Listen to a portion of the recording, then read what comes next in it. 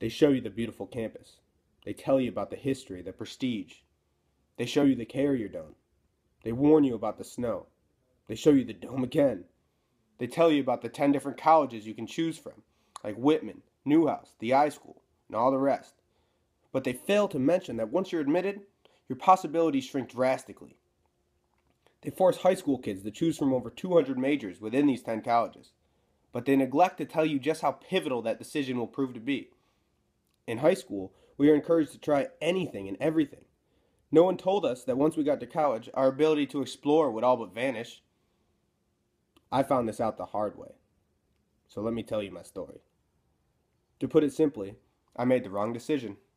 I was overwhelmed by the vast array of choices, so I clicked the little box next to the word undecided. How was I supposed to know how crippling that choice would be to my academic experience? Ironically, the box right above it was writing and rhetoric, the place I would eventually call home. But the road to finding my place at Syracuse was a long and lonely one. It is my hope that by sharing my adversities, this road may be more easily traversed by future young minds who are searching for their true passion. Upon arriving to campus, I immediately felt lost. At Syracuse, your home college is your identity. You meet other kids with similar career interests, get advisors to get to know you and who actually want to help you. I, on the other hand, just was thrown in a classroom full of outcast, undecided first-year students, which was supposed to help guide us towards academic success. Most students who have a home college and have a plan receive great advising, while most students without a plan, ironically, are not awarded such luxuries. Immaturely thinking that I wanted to open a restaurant, I decided I wanted to join the Whitman School of Management. If I would have just clicked the little box next to one of their majors, I would have been all set. But I didn't, and that meant that I had to attain a 3.3 GPA or higher after taking some required courses to get into Whitman. Struggling through math and economics classes, I quickly realized business school was not for me. But my GPA had suffered from taking courses that had nothing to do with my future career. This virtually paralyzed me. Good thing I didn't want to be in Newhouse. They pretty much tell you that all applicants will compete for an extremely limited amount of spots. With no other options, I figured I would take some different courses and see what I enjoyed. I took the intro course to information studies and I fell in love with it. I was ecstatic when I looked online and saw that my GPA was just above the 3.0 requirement for the I School. But when I met with one of their advisors, she told me that the incoming first-year students held priority and there were only 3 open spots for current SU students. Only 3 spots for a university with over 30,000 full and part-time undergrads? Are you kidding me? My GPA might have met the 3.0 mark, but the other applicants' GPAs were higher. It just does not make any sense to me.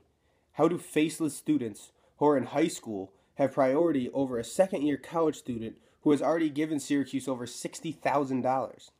Has the school ever heard of seniority? Discouraged and with nowhere else to go, I slipped into my worst semester. I failed a class, received a 1.9 GPA, and nearly fell out of college altogether. In that moment in my life, I hated Syracuse University, my dream school, since I was old enough to trek through the snow with my dad to watch basketball games in the dome. But this hatred was merely temporary. Going into my 4th semester, I was more lost than ever when Writing 205 brought me out of the darkness, and I realized I was meant to be in the writing program all along. I guess the 4th time was the charm for me, but others may not be so lucky. The repercussions of decisions made before I was old enough to vote came dangerously close to ending my time at SU before it even started. Having survived my perilous journey, it is my intent to use the skills I have learned in the writing program to help mend our beloved Syracuse University. The root of the problem surrounds the distinctiveness between the colleges at SU. Their inherently separate and unequal nature has created a culture which caters to those who miraculously selected the correct major before coming to Syracuse.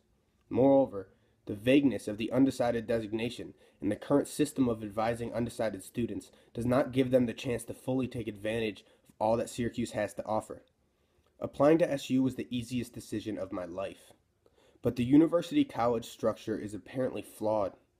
The vast options of majors are one of the many characteristics that make Syracuse so appealing. Utilizing this strength by offering an undecided option that ensures the opportunity of exploring all of these majors would make Syracuse even more attractive to prospective high school students. But I understand that the separate colleges at SU and their distinctive nature are deeply rooted in tradition, making it unrealistic to imagine any dramatic changes. That is why I suggest we focus on advising and guidance. Applicants should be explicitly told what they're signing up for if they choose to enter school as undecided. And once these undecided students arrive on campus, they should receive help navigating between colleges. In the current system, advisors in arts and sciences know virtually nothing about the requirements to be in Whitman or any other college. This forces students to advise themselves virtually through the process of the intra-university transfer. Is it really that far-fetched to imagine an advising team that holds the knowledge and available resources to adequately assist students through such a difficult and stressful process? Considering the price of tuition, they deserve the support of a more comprehensive advising team, which encourages the exploration of their interests and helps to guide them into a specific college and major. Intra-university transfers at Syracuse will forever be strenuous and complicated. All I ask is that no student should be left to take this challenge on alone. Is that too much to ask? Thank you.